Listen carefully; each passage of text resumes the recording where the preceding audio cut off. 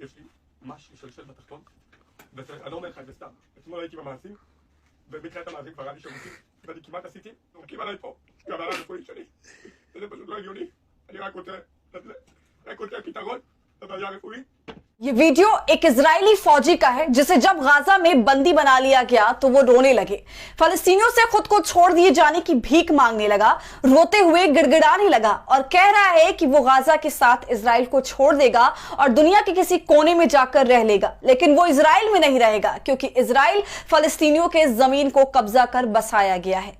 नमस्कार, आदाब, आप देख रहे खबर अड्डा और मैं हूं आपके साथ सुम्बुलीरम। ये एक इजरायली फौजी है। आपको पता है कि इजराइल के हर नागरिक को फौजी ट्रेनिंग लेना और सेवाएं देना अनिवार्य है और इस फौजी की बातें पूरी दुनिया को कान खोलकर सुननी चाहिए जो आज आंखें बंद कर इजराइल के समर्थन में अंधे हुए पड़े हैं। दरअसल इस इजरायली फौजी को फलस्तीनियों ने बंधक बना लिया है और जिस बहादुरी के साथ फलस्तीन इजराइल के आतंक का सामना कर रहा है उसे पूरी दुनिया खुली आंखों से देख रही है। कई ऐसे देश हैं जो इस बात को समझ रहे हैं कि कैसे फलस्तीन की जमीन पर इजराइल कब्जा कर फलस्तीनियों पर जुल्म कर रहा है। पिछले कुछ सालों के आंकड़े उठाकर देख ले तो आप चौंक जाएंगे कि हजारों आम फलस्तीनी इजराइल के जुल्म का शिकार हो चुके हैं, लेकिन दुनिया मौन साध कर ये सब देख रही है।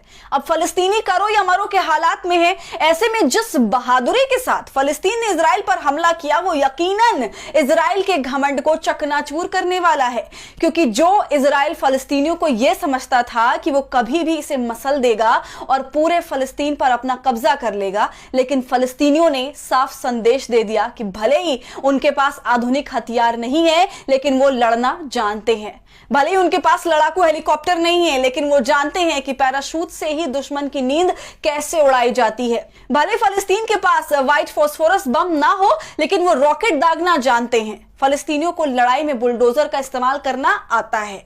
तो उसी लड़ाई के बीच एक इजरायली फौजी फलस्तीनियों के हाथ लग गया जो अभी फलस्तीन के बंधक में है। एक बार पहले आप उसे इजरायली फौजी को सुने। ואני לא אומר לך את זה סתם. אתמול הייתי במעשים, ובתחילת המעשים כבר היה לי שירותים, ואני כמעט עשיתי קקי בתחתונים שלי. למה? זורקים עליי פה, גם עליי הרפואי שלי. וזה פשוט לא הגיוני. אני רק רוצה פתרון לבעיה הרפואית. तो भले ही आप उस फौजी के शब्दों को समझ नहीं पाए हो, लेकिन भाव भंगिमा से ये समझ गए होंगे कि वो रो रहा है, परेशान है, फलस्तीन के सामने गिड़गिड़ा रहा है और वो कह रहा है कि promise to leave your country. और सिर्फ फलस्तीन ही नहीं छोड़ूंगा बल्कि इजराइल भी छोड़कर दुनिया के किसी कोने में चला जाऊंगा, फिर वापस कभी लौट कर नहीं आऊंगा।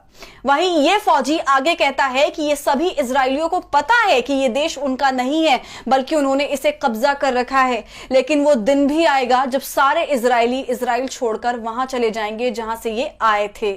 तो इस फौजी को सुनकर जरा रुकिए और सोचने और समझने की कोशिश कीजिए कि आखिर फलस्तीन क्या कह रहा है, दुनिया के सामने किस बात की गुहार लगा रहा है। क्योंकि फलस्तीन इजराइल जैसे ताकतवर के सामने चट्टान बन चुका है, क्योंकि हकीकत यही है कि एक एक इजरायली को इस बात का अच्छे से पता है कि वो जिस देश को इजराइल बना चुके हैं असल में वो फलस्तीन है। तो इजरायली फौजी के इस खुलासे को आप कैसे देखते हैं हमें कमेंट कर जरूर बताएं। और हमारी फ्री जर्नलिज्म को आपके सपोर्ट की जरूरत है, वो तभी होगा जब आप जितना ज्यादा यूट्यूब पर ज्वाइन का बटन इस्तेमाल कर हमारे मेंबर बनेंगे और इससे हमारी हौसला अफजाई करेंगे। दोस्तों, अगर आप ये वीडियो YouTube पर देख रहे हैं तो खबर अड्डा को सब्सक्राइब कर लीजिए। फेसबुक और इंस्टाग्राम पर देख रहे हैं तो इसे फॉलो कर लीजिए।